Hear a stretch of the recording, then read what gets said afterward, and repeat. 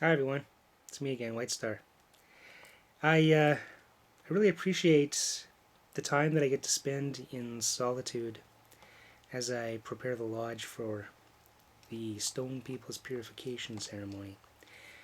I come out here usually many hours in advance and I pull the rocks out of the pit and get the fire going and just lay down energy, find some zen.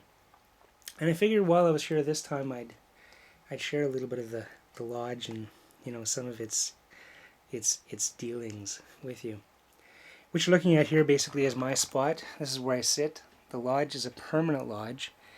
It's very unique in design. Apparently, it was gifted to the George family from somewhere way down south.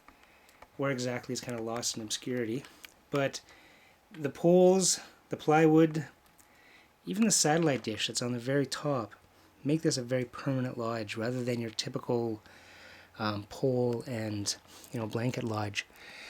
And I do have a little bit of plastic there around the top, of course, which some natives would recognize as a bit of a winter lodge dynamic.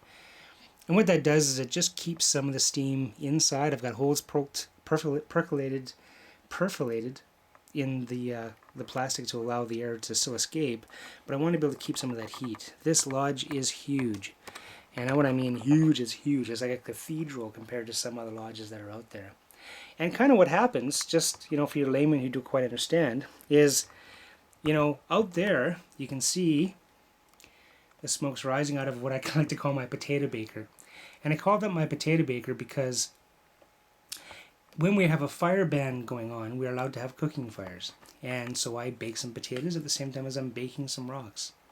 And so what happens is we heat the rocks there, specifically lava rocks, and we bring them into the door and we put them in this hole.